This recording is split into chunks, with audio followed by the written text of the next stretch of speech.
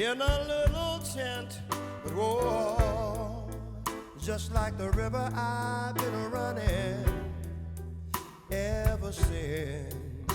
It's been a long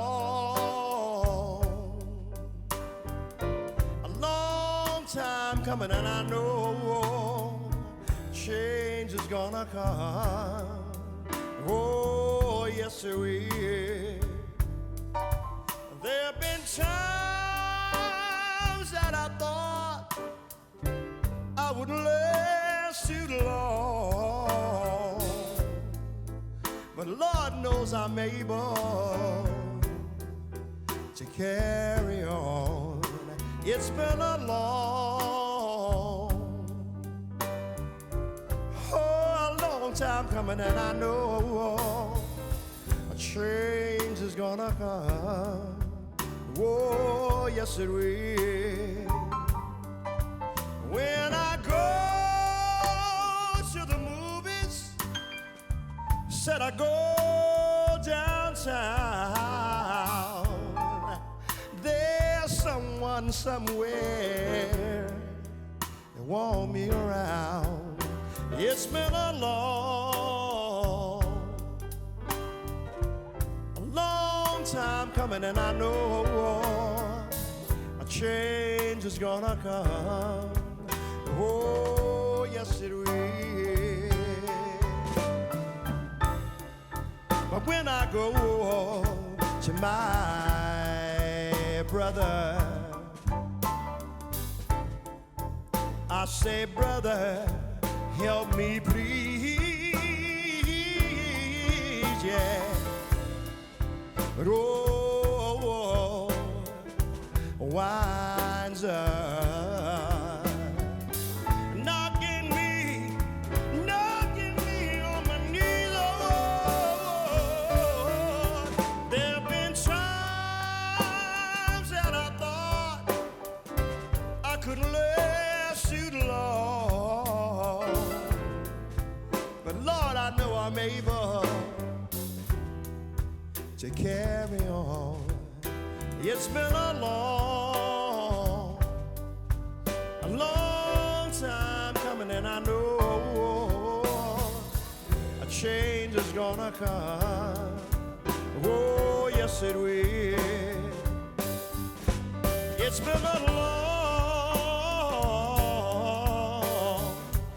time, and I know a change is gonna come. Oh, yes, it will.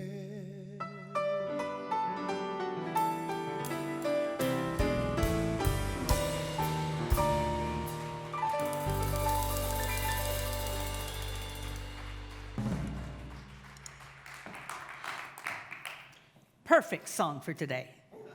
Because let's just make the change today. Who's up for it? How many of you have waited, oh yeah, nice to have a change, and you thought there'd be some sort of incremental unfoldment and it'll get happening by and by in the great maybe sky, I don't care. Well, let's do it today. Because that's what I'm talking about. Today is the day of your salvation, brothers and sisters. I've been talking about this a lot to people who are actually ministers and practitioners who still believe in time.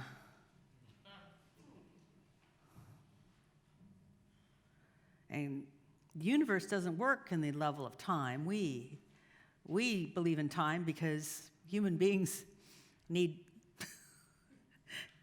time. Just need a little time. But what if today's the day? What if today's the day we change things around? See, the talk title for today is Don't Leave Yourself Out, and I came upon that idea because I succumbed to that during the holidays in my past. My Christmas pasts, because I watched my grandmother do everything for everybody. I watched my mother do everything for everybody. I watched myself in the past overextend myself during the holidays. And then when I really looked at why I was doing that to impress others or a significant other, not because I was really enjoying it. But maybe the best gift that we can give anyone, whether it's the world or that person closest to us, is to simply come alive.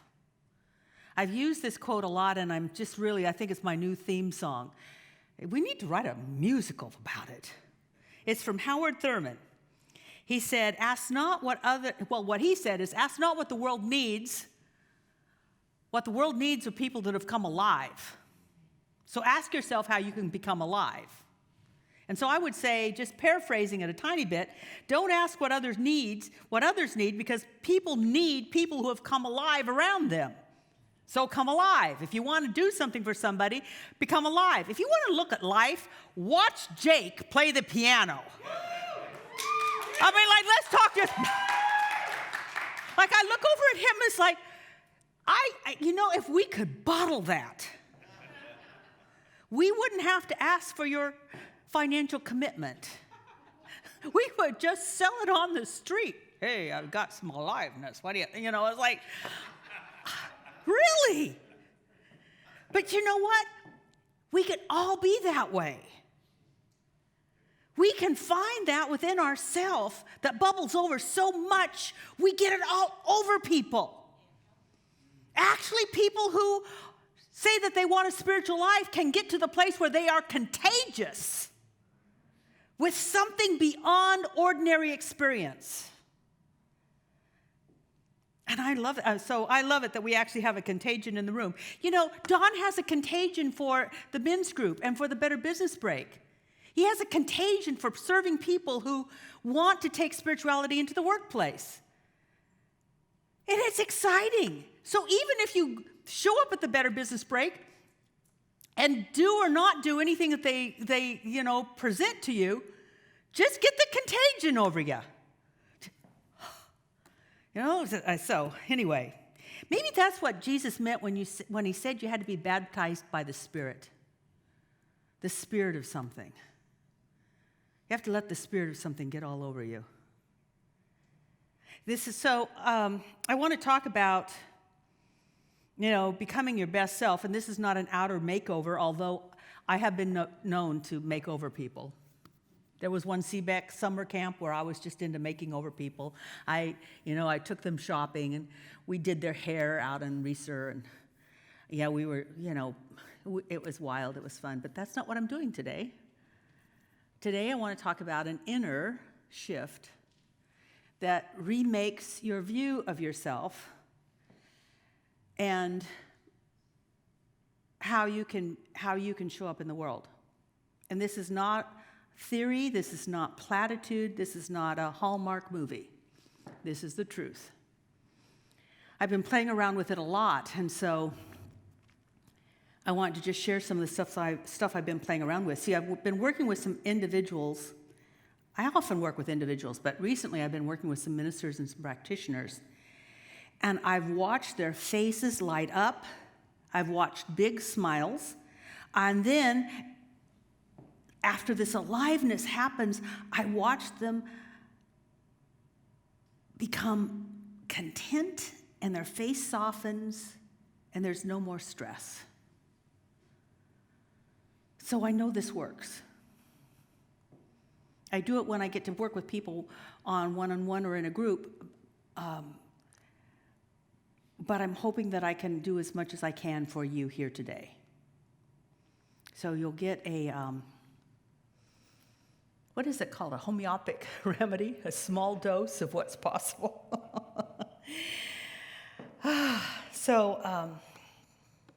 What I know is that there is a method to relieve suffering. And suffering comes in all sorts of ways. Sometimes it's a big suffer, like I have a broken heart, or I have something that's not working, or I have a challenge that looks too big for me to face. There's that kind of suffering. And then there's a little nick suffering. The little, little things that just don't seem to go right all the time. And anytime we are not alive, it's because there's a little bit of suffering within us. And Jesus said that his disciples or apostles were to heal the sick and cast out suffering. Well, I actually said, preach the gospel, heal the sick, and cast out suffering. So the gospel is the good news that suffering can be gone. And now here's the process. Here's the process I share with people, and just take it in to the degree that you choose to. First of all, number one, I always have 3 principles. Has anybody noticed that about me? It's 1, 2, 3, because you're not going to get up to 5. I could give you 5, 6, 7, 8, 9, 10, but I lose you at 3 anyway, so let's just pack as much into 3 as I possibly can. Number 1, cultivate telling yourself the truth. I am shocked. I am working with practitioners and ministers, and they can't tell the truth. We dummy down our truth. We have forgotten how to tell ourselves the truth. And when I say we, I mean me too. A lot of reasons.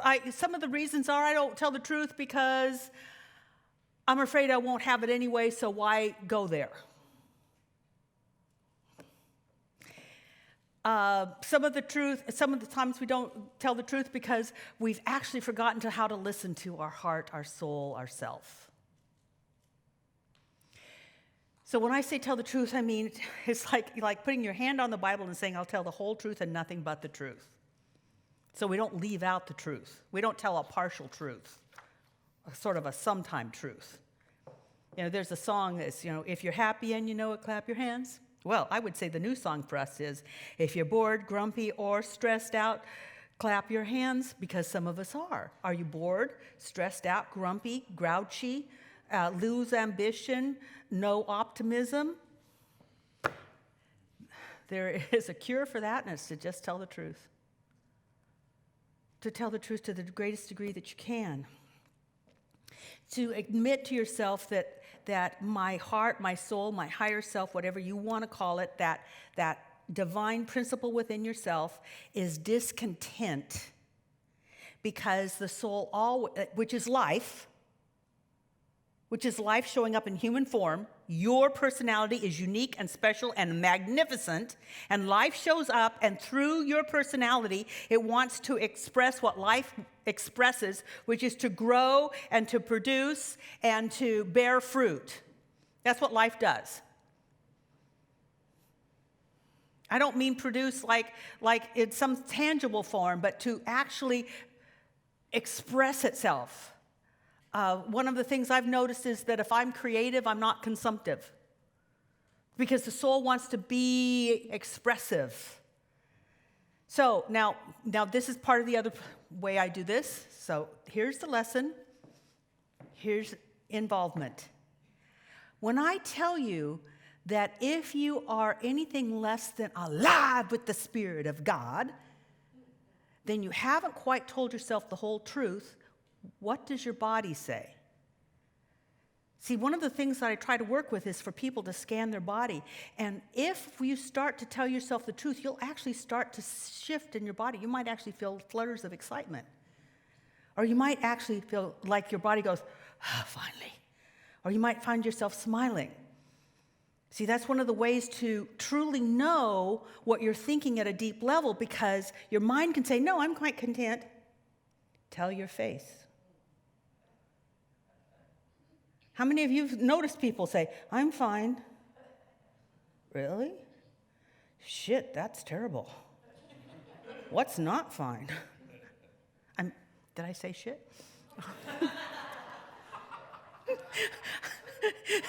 I need one of those 66-second delays. What did I say? No. Do you see what I'm saying? Have you noticed that some people, we all wear what's going on our face. We wear it. We walk around in it. The body can't lie. And the body will let us know what our subjective or subconscious is really thinking. So no matter what the mind says, our conscious mind, really pay attention to the body. So once in a while, I'll just say, body scan. Okay, so.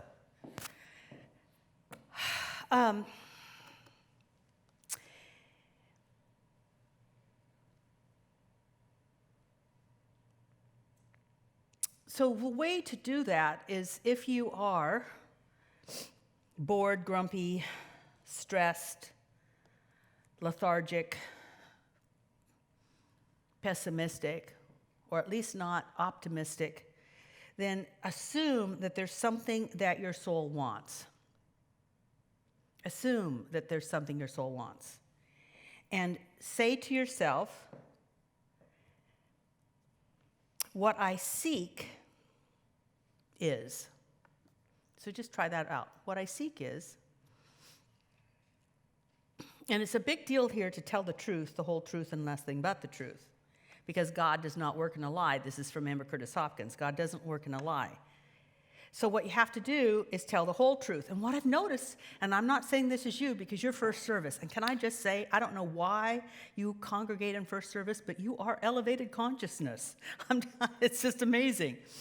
Because you are different than what shows up second service. God bless them.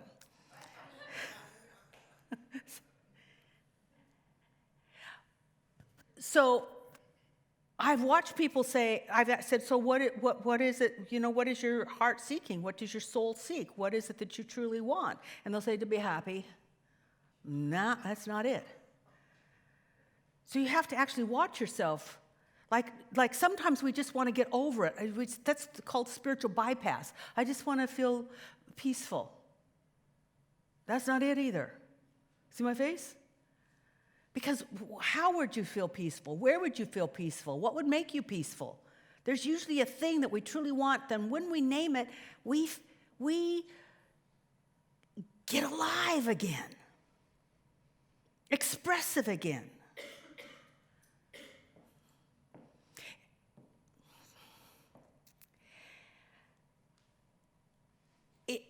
When you can tell yourself the truth, you will have results.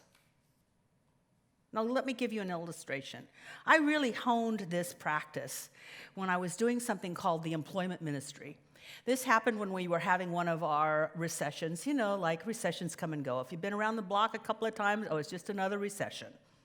But I remember we had a fairly large recession in 2008 where a lot of the dot-coms that had sprung up and then fizzled left a lot of people out of work, many of them in our community.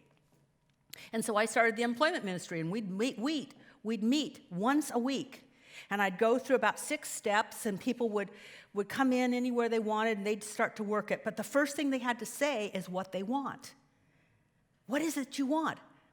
Now, Emma Curtis Hopkins said, and I love this, this is how I got started on the employment ministry. She said, nobody wants to work. Nobody wants to work. Work. Yeah, exactly. Yeah.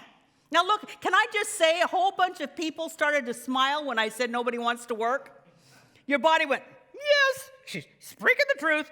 Preach it, Like, there is the truth. Nobody wants to work. You do want to give your gift. You do want to express. You do want to contribute, and you'd really like to be compensated, but you don't want to do that thing called work. So I'll tell you, I learned this. I actually got my spiritual muscles honed with this one woman, and she was a biochemist, and her .com went away. And she came to the employment ministry, and she said, I want a job, but I have to have a job. I have to have a job that, well, they don't have those kind of jobs. Well, name your good. No, it doesn't even exist. Name your good. And she was 6 foot and large. Not a skinny 6 foot. Not fat, but just a large woman. Well, I'm not 6 feet. I know I look tall. And spiritually I am, but I'm a short person. And I would look up at her, and she'd be looking down at me, and she'd be saying, they don't make those jobs.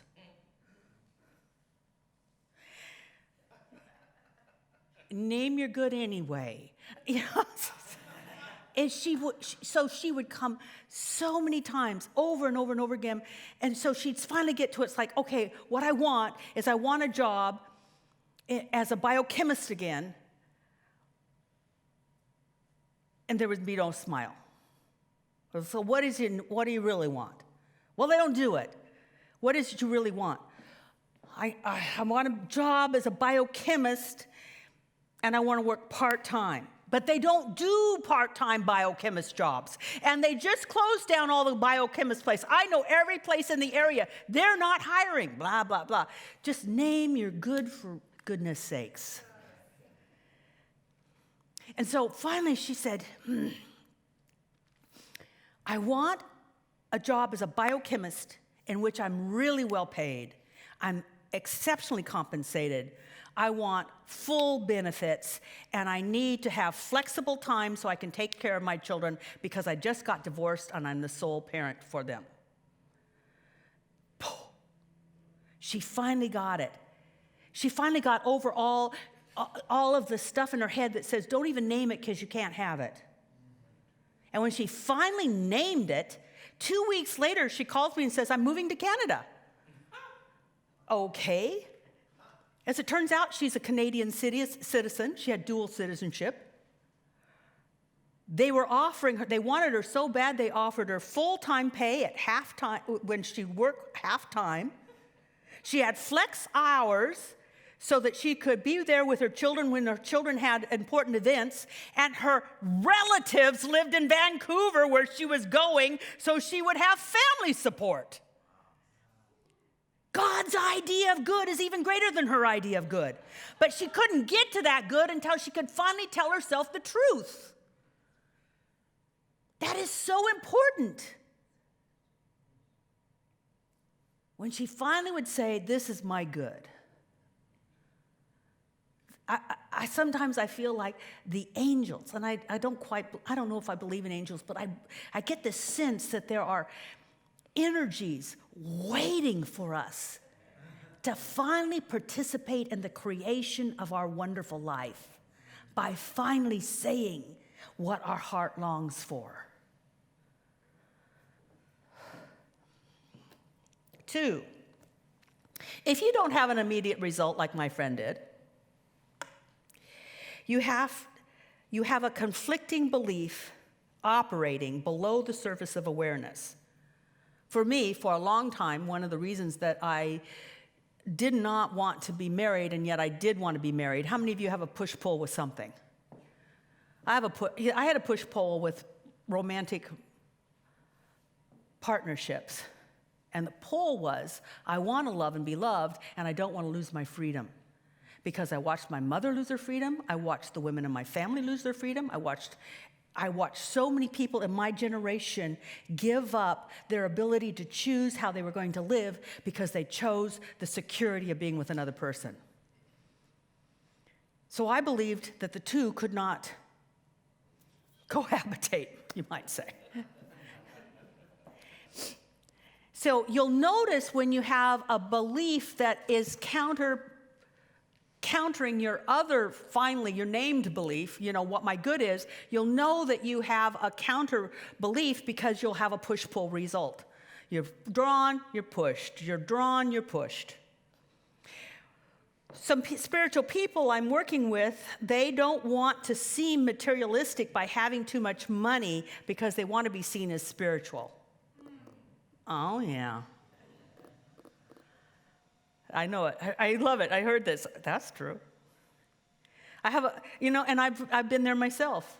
Oh, actually, one woman won't invite, she's a minister, she won't invite people to her home because she doesn't want the people to see what a beautiful home she has, even though there's reasons why she has that home. From prior stuff. It's like, I don't want to seem too rich. There's a minister in our area who is once again in a beautiful home, gorgeous home, shows the pictures of the home. And I actually saw somebody on Facebook say, so I knew that about you. You're not spiritual. You just are in it for the money. See, like they can't coexist. Like God only will let you be a nice, warm, giving, wonderful person, but you can't be compensated for it? It's weird, but how many want to show up as a good person? And sometimes it's not even about other people. It's about you want to prove to God that you're in it for God. So I will stay small and not show up big in the world. There's an artist who actually called himself a starving artist, wanted to be a starving artist to prove that he was in it for the art and the authenticity of it and not just to make money. Isn't that weird? So he'd make a little money, and then all of a sudden he had no ambition, no more paintings. Make a little money, no ambition, no more paintings. How to get to that belief? That's the stinking thinking.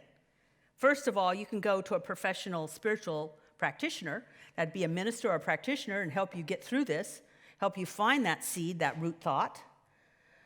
Or do what I did for years and years and years and years, which is I had a journal. And I'd write down the reason I don't have ... and then I'd just start filling in stuff. And just do mind dump until I got to the one that was really it. And usually I would either get sick or start to cry. Because the body, once again, body scan, would say, oh, this is it. And it's making me sick. It's making me sad that I believe in it. Once again, the body doesn't lie. So you allow yourself to discover what it is that is at cross purposes with what your heart wants. And then you pray. Then you know how to pray. Then you go to a spiritual practitioner. Then you have a tune-up. Then you do a prayer circle after service, or whether it's here or online. And you say, I want to dissolve the old, outgrown belief that has kept me from moving into my greater good. I want to dissolve it. And you're not dissolving it, you're letting the Holy Spirit dissolve it. Let the Holy Spirit dissolve it. It knows how to do that. In fact, probably the reason that it's dangling that carrot in front of you like, okay, let's have this, is so that you can dissolve all the beliefs that come between you and your own spiritual magnificence. Your ability to express and be alive. So every time you dissolve one of those old beliefs, more life can be expressed. More of God's glorious, beautiful life can be expressed in, through, and as you. I love it. My wonderful friend, Mike Baker. We are always living out of our unhealed past or our spiritual magnificence. And all of those beliefs, all of those things that would seem counterproductive to our expressing ourselves, they're not bad. They were great decisions at one time. You know, there was a time when I needed to leave my family and I chose independence. But to keep that belief as the focal point of my life was not going to let me have partnership. It had served me, but it had to go. Everything that we think is a problem served us at one time, but we got to let it go. It's time to let it go. And the Spirit of God knows how to help you release that by dissolving it back into the nothingness from which it comes. And here's the way to help it. 3. Stop telling yourself the story about how you acquired that stinking thinking in the first place.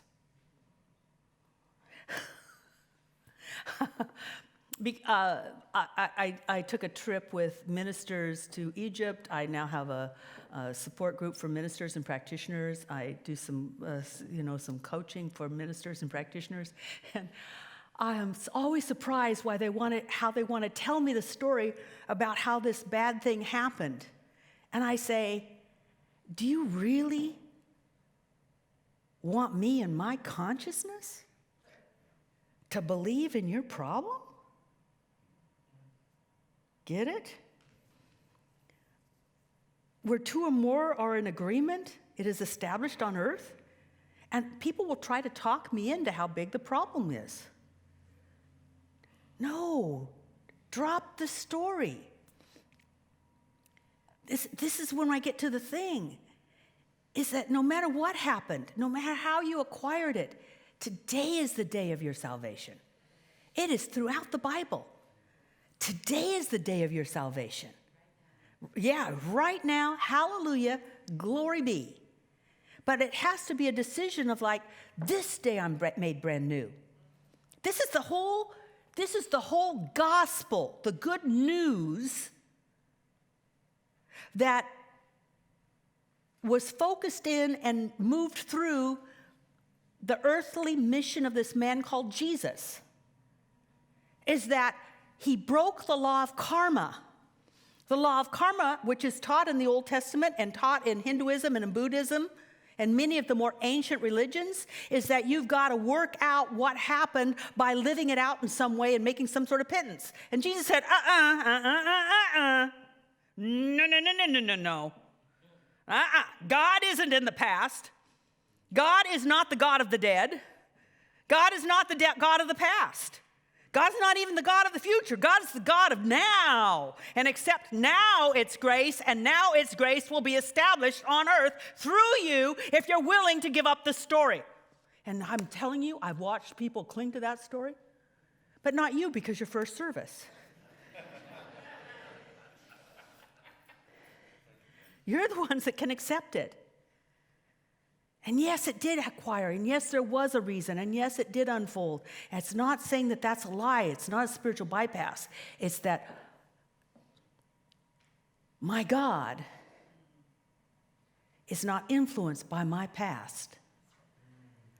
My God is influenced by the life it chooses to live in, through, and as me now. So let's pray. And just because I'll pray better, and if you don't, I'm just going to sing it anyway. And people would probably ask you to just play it. My God is an awesome God. Because our God is an awesome God. Do you know, and maybe they're watching this, and I'm not putting anybody down, because I have been there, and I have prayer partners, and I have coaches, and I have people that help remind me that my God's an awesome God. And I don't need to bring God down to my problem. I need to have God lift me up into its solution. And I don't have to earn it. How could I? I just allow Spirit to lift me and know that God, Spirit, whatever you want to call it, is now here to lift you. Lift you into your greatest truth. Lift you into the awareness of what is your next greater yet to be. What is your next change to be accepted, to be moved into? What is the next evolutionary step into a greater life? Let the Spirit of God reveal that to you, and also reveal to you that everything that has kept you from doing, being, and accepting any of that was just a bad decision. Actually, it was a good decision at the time. It's just a really bad decision to keep it. And so we just take an exhale. Let that old go. Take an in-breath. And let the new in. And let our God find its way in, through, and as us, to remind everyone that we're never alone, and that we're more than we think we are.